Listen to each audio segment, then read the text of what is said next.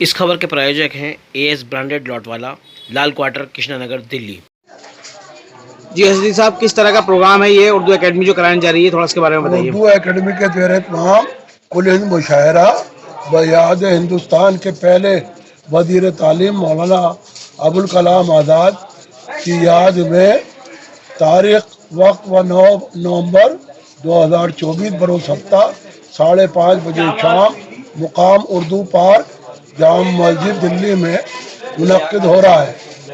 مہمانان خصوصی عالی جناب عمران حسین وزیر خوراک و رسد، مہمان اعزازی جناب شعیب اقبال صاحب MLA، جناب پرہلاد سنگھ سانی MLA چاندنی چوک، اور صدارت جناب متین امروہی بھی معروف شاعر، اور استقبالیہ کلمات پروفیسر شیپر رسول، وائس چیئرمین اردو اکیڈمی منعقد ہوگا۔ اور مدعو شعراء میں طالب رام پوری، اعمار قاسمی، ارشد ندیم، انجم ہاپوڑی، سہیل عباس، عمران ادیم، قاصر سیسوانی، کلیم سمر، سیف الدین سیف، خالد اخلاق، خوشبو رام پوری، نکھت امروہی، ابو ذر اظہر شباب، اور ندامت فاقر ادیب کی میں نمائندگی میں مشاعرے کا انعقاد ہوگا۔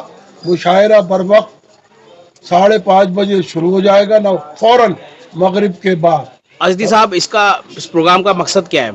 مقصد یہ، مولانا آزاد ہمارے ہندوستان کے پہلے وزیر تعلیم ہیں، ان کی یاد کو ہم بلائے بیٹھے تھے، تو میری کوشش رہی کہ جہاں بھی جس کمیٹی میں رہا میں، چاہے NCPL میں رہا، چاہے اردو اکیڈمی میں ہوں، وہاں میری کوشش ہوتی ہے عظیم مجاہد آزادی کی یاد میں جو بھی پروگرام ہم کر سکتے ہیں، کیونکہ میرا تعلق بھی جو ہے سوتنترتا سینانی یعنی مجاہد آزادی خاندان سے، اس لیے میرا فرض بنتا ہے میں اپنی عظیم شخصیتوں کو یاد کروں اور کرا سکوں، اور ان کو عوام کے سامنے ان کی قربانیاں اور ان کا جو تعلیمی نظام ہے اس کو لوگوں کے سامنے ہم پیش کر سکیں۔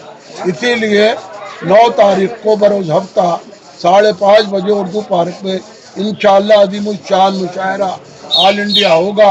اس کے اندر ہندوستان کے چنندہ شعراء حضرات اپنے کلام سے آپ کو مستفیض فرمائیں گے۔ امید ہے کہ آپ لوگ شرکت کریں گے اور مشاعرے کو کامیاب بنائیں گے۔ حسدی صاحب، آپ نے اس کل ہند مشاعرے کے لیے اردو پارک کو ہی کیوں چنا؟ اردو پارک تاریخی پارک ہے، یہاں مولانا آزاد کی تقریر ہوئی، یہاں مہاتما گاندھی کی تقریر ہوئی، اور جب مولانا آزاد اس دنیا سے چلے گئے تو پنڈت جواہر لال نہرو ٹھنڈی سڑک، جس کو ہم نیتا جی سبھاش چندر مارگ کہتے ہیں، وہاں سے پیدل چپلیں اتار کر مولانا آزاد کے مزار پہ حاضر ہوتے تھے۔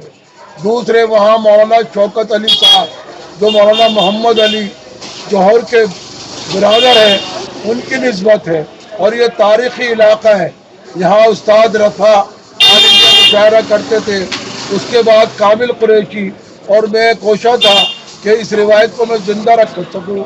دلی والے اس روایت سے واقف ہیں۔ یہاں استاد رفا سال میں 2 مرتبہ ضرور مشاعرہ کیا کرتے تھے، اور آخری وقت میں ہر سال ضرور ایک مشاعرہ رکھتے تھے، جس کے اندر جو شعراء کامیاب شعراء ہوتے تھے ان کے کلام سے ہم کو روبرو کراتے تھے۔ اس لیے میں نے اس روایت کو ذکر کیا۔